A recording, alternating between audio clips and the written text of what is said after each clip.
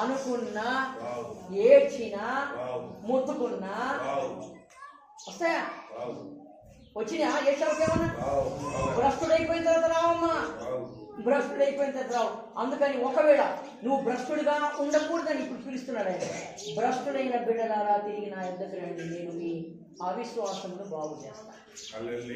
దేవునికి స్తోత్రం.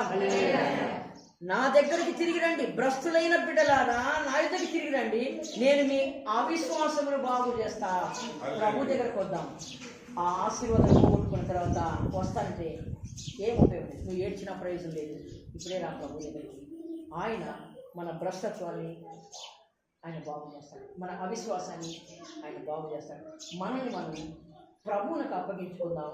పౌరులాగా మనమే నలగొట్టుకొని ప్రార్థనలు ఎదుగుదాం. దేవుడి కొద్ది మాటలు దీవించును గాక. ఆమేన్. సమయంలో